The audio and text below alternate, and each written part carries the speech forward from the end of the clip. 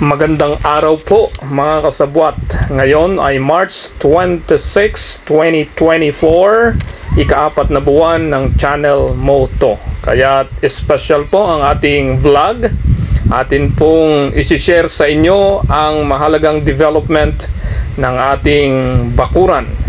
Ito po yung dating mga pictures ng ating bakuran, ang likod ng Barugante Restaurant na pinag-alagaan po natin ng mga manok. Ito po yung tabi ng ating bahay na dati nating manukan ay atin pong binago upang patuloy na magbigay ng inspirasyon hindi lamang sa ating sarili kundi sa kapwa natin na gustong makanood ng mga pagbabago sa iba't ibang larangan, sapagkat tayo ay nagnanais na ma-develop ang ating buhay. Mula nung tayo po'y nag-resign sa Macau as teacher sa Macau Samyuc Middle School, ay naisipan kong gawin ang mga bagay na magpapasaya sa akin. At ito na nga po, ako po'y nag-develop ng atin pong bakuran mula sa dating manukan, patuhan at itikan, ay nagtanim kami ng aking anak ng okra. Subalit hindi maiwasan, ang okrang iyon ay na sipa-sipa ng mga manok at hindi tayo tumigil. Nagtanim ulit ako at ito na nga po ang mga iba't ibang batches ng atin pong mga pananim dito sa ating bakuran. At mapapansin nyo po, yan po ang ating swerteng restaurant sa taas ng puno ng mangga, na dati ito ay ginawa kong garden unang-una, tapos ginawa nating manukan, at ngayon ay restaurant na. Pinagsama-sama ko na may garden, may restaurant, may inalagaan ng mga gulay at prutas, at ganun din nag-aalaga na rin ako ng mga manok. Nais ko pong i-share sa inyo ang 10 mahalagang benepisyo ng pag-aalaga ng manok, pato, itik at lalo-lalo na ng mga gulay sa ating bakuran. Kapag pinagsama-sama po natin yon at may kasama pang restaurant, ay may 10 akong nakuhang benepisyo dito. Number 1, enhance creativity. Kapag mayroon po tayong layunin na mapaganda ang ating bakuran at maging produktibo ito, yun bang habang ikaw ay gumagawa ay iniisip mo kung paano magiging dagdag kita, paano mo mapaganda, ay nadidevelop yung creativity mo, yung iyong pag-iisip ay nahuhubog sa magandang kaisipan. Number 2, ito rin ay nagiging recreation at exercise. Imbes na gumawa ka ng mga bagay na hindi naman productive, ay nag-iisip tayo ng mga bagay na nagiging hobby ko siya, at yun ang lagi kong ginagawa tuwing madaling araw bago matulog, ay kinocultivate ko ang lupa sa aming paligid, at naisip ko nga na magtanim ng iba-ibang mga gulay. Kukumpletuhin ko yung kantang bahay kubo at may dagdag pang iba. At ang number 3 ay additional source of income. Kailan nga lamang po ay nagsimula na tayong magbenta ng ating petchay, sapagkat pwede nang anihin. At ang total pong naibenta na natin within 2 days ay 270 pesos. At yun ay napakagandang simulain, sapagkat unang harvest pa lang yun, unang mga pananim na ating pinagpraktisan, at maganda po ang result. Ito pong mga gabi na ito ay naulaman na po rin po natin. At aking ipinagpapatuloy ang maganda kong practice, itong mga balat ng saging, mga dahon at iba pang mga pinagbalatan ay amin pinangdidilig, ibinababad bago idinidilig. At ito nga po ang nagiging result, nagiging mataba ang ating mga pananim katulad ng petchay, pakwan at iba pa. Number 4, backyard beautification. Nagdaragdagan ang ating kagandahan ng ating paligid. Sa English ay backyard beautification. Dati po ito ay mga halaman na namumulaklak, pero ang hirap pong i-maintain pag tag-araw at ang dami mong dinidiligan, wala rin naman masyadong pakinabang. Pero ngayon at dinevelop natin, inalis natin yung mga halaman. Pansinin po nyo yan, may halaman sa ilalim yan. Pinagpuputol ko po at hayaang tutubo sila bandang huli, pero naputol ko na po at pinamnan ko ng kapakipakinabang na gulay katulad ng okra.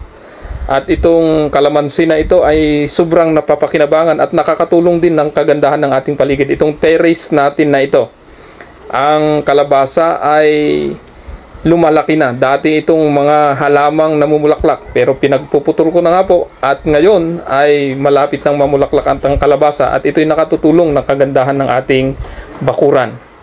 At ito rin po ay nagsisilbing pantulong para magkaroon tayo ng libreng pagkain. Sa English ay free food. Kapag mayroon tayong sariling tanim, hindi na natin kailangang bumili. Kaya nga po nagdagdag pa po ako ng mga pananim. Dati ay nagsimula ako sa pichay, dinagdagan ko ng mga talong, kamatis at iba pa.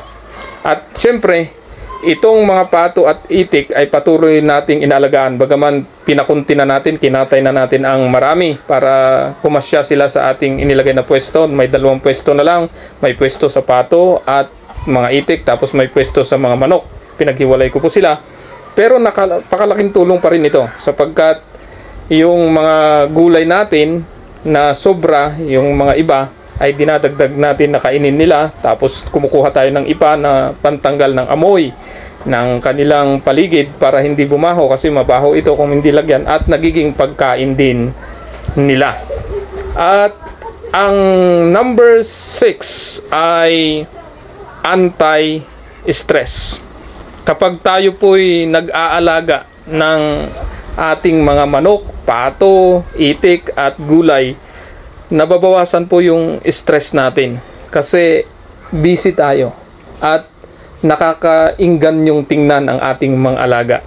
Yun bang makikita mo silang masasaya, malulusog at nagbibigay sa iyo ng pagkain, libreng itlog, libreng karne at libreng gulay. Kaya nakakalibre tayo at natatanggal yung ating stress. Nababawasan kung stress na stress tayo. Number 7 ay fresh air and good ambience. Kapag marami po tayong mga gulay at prutas sa ating paligid, nagkakaroon po tayo ng fresh air at malamig ang ating paligid. Lalo't dinidiligan ko po siya ng madaling araw at gabi, ay nagiging malamig at ang sarap matulog.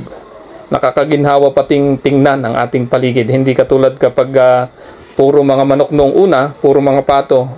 Pag madami na ay talagang yung amoy ay hindi mo mapigilan, maliban lang kung lagi mong lalagyan ng mga dayami o ipa. Pero ang trabaho nun, pero dito ay napakasimple ng trabaho. Magdilig lang ng magdilig. Kung di kuryente naman ang pandilig ay pwede, pero ako minsan pinagsasabay ko yung bomba at di kuryente na water pump para lang makatipid na rin at exercise. Number 8, self-fulfillment and gratification. At ang sarap kasi ng pakiramdam pag yung naabot mo yung satisfaction ng ginagawa mo. Yun bang nasasatisfy ka sa ginagawa mo, nakakainganyo sa pakiramdam at masaya ang paggising sa umaga, ganun din sa pagtulog. Talagang mayroon kang fulfillment. Hindi katulad kapag yung bagot na bagot ka sa ginagawa mo, na-stress ka, kahit pa malaki ang sweldo mo, hindi masaya ang buhay mo. Pero katulad ko, hindi man ganun kalaki ang kinikita ko sa ngayon, pero yung fulfillment ng aking buhay, na nakikita ko yung ginagawa ko ay nagiging productive, ay malaking bagay po sa akin iyon. Number 9, promote healthy living. Kapag tayo po ay nagtatanim ng mga gulay at nag-aalaga ng mga manok, ay nagiging healthy tayo sapagkat yung paraan ng ating pagtatanim ay pinipilit nating maging organic. Kaya nga po ang ilalim po ng mga ito ay mga basura na nabubulok. At kahit may mga namamatay, katulad nito, nung i-transplant natin, may isang namatay, pero mas maraming buhay. At yung natututunan ko dito sa paggagarden ay malaking bagay sa akin dahil habang ako'y natututo, nagiging healthy ako sapagkat pinipilit nating maging organic ang ating mga pananim. Kaya tuloy-tuloy din ang ating pananim dahil tuloy-tuloy tayong nabubuhay at kinakailangan natin na maging malusog habang tayo rin po ay naggagardin. Kaya mabuti na mayroon tayong mga tanim. Nagiging malusog ka na, nagiging inspirado ka pa, at masayang mabuhay na walang stress, malusog ang pangangatawan. At ang pinakahuli na talagang naitutulong ng paghahalaman at pag-aalaga ng manok ay pantulong po ito sa komunidad natin. Yung mga walang kakaya ng bumili, katulad ng aking lola na lagi ditong kumukuha ng binhi ng petchay, ay binibigyan ko kasi alam ko naman na talagang mahirap ang buhay.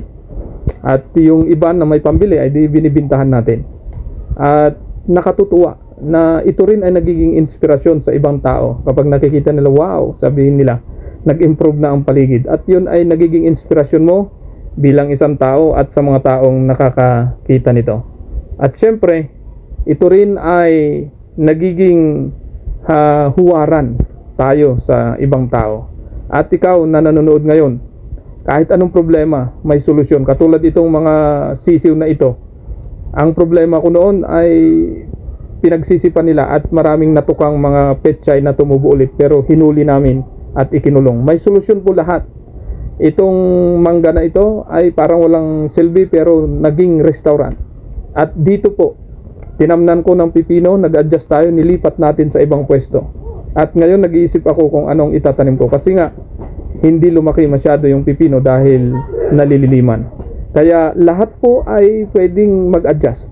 Nung una nga po ay nagkamatayan yung aming mga tanim na okra at iba pa, mga sitaw, pero hindi ako tumigil.